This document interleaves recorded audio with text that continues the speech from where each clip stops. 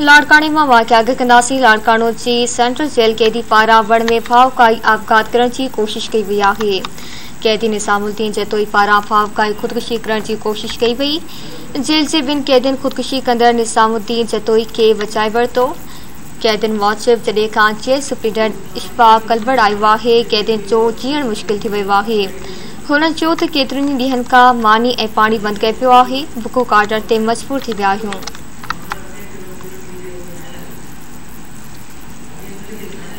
खबर मां असां शेयर कई पिया। लाड़कानो जी सेंट्रल जेल कैदी पारा वण में फावकाई आपघात करण की कोशिश कई वई है।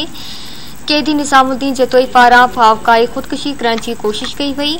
जेल के बिन कैदिन खुदकुशी कंदड़ निसामुद्दीन जतोई के बचाए वरतो।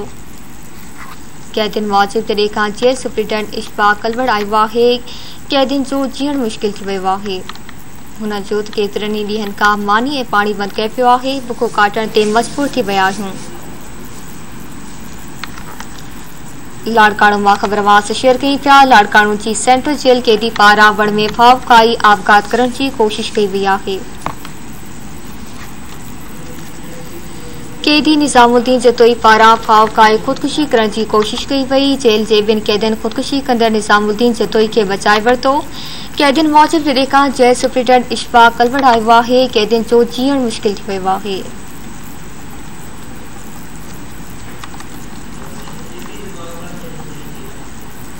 लाड़कानो मां खबर वास शेयर कई पिया। लाड़कानो जी सेंट्रल जेल कैदी पारा वण में फावकाई आपघात करण की कोशिश कई वई है।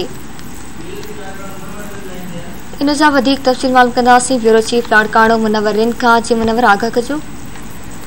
आज सेंट्रल जेल लाड़काने में कैदिन के गुजरियल 5 ॾींहनि खां मानी ऐं खाधो न ॾियण खिलाफ अॼु हिकु कैदी जेको आहे उते जेल जे अंदरि हिकु वण आहे, उन में अगट सां ॻिची में फाहो खाई वण में खुदकुशी करण की कोशिश कई, जंहिंखां पोइ बेहोश थी वियो, जंहिंखे ॿिनि कैदिन जेको आहे बचाए वरितो ऐं उनजे मथां पाणी वाणी आरियो वियो ऐं पोइ होश में आयो।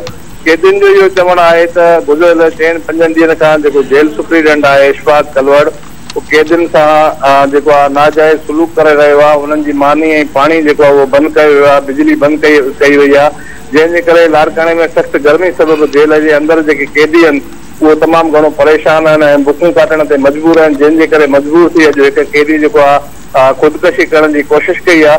हिननि मुतालबो कयो आहे त जेको सेंट्रल जेल लाड़काने जो जेको जेल सुप्रीडेंट आहे उनखे जेको आहे फौरी तौर ते बदिली कयो वञे ऐं जेल जो जेको माहौल आहे उहो बहितर कयो वञे, न त ॿी सूरत में जेको उहे एहतजाज बि कंदा ऐं ॿिया खोड़ कैदी जेके आहिनि उहे खुदकुशी करण जे लाइ जेको तयारु आहे। जी, महिरबानी मुनव्वर तफ़सील जे लाइ।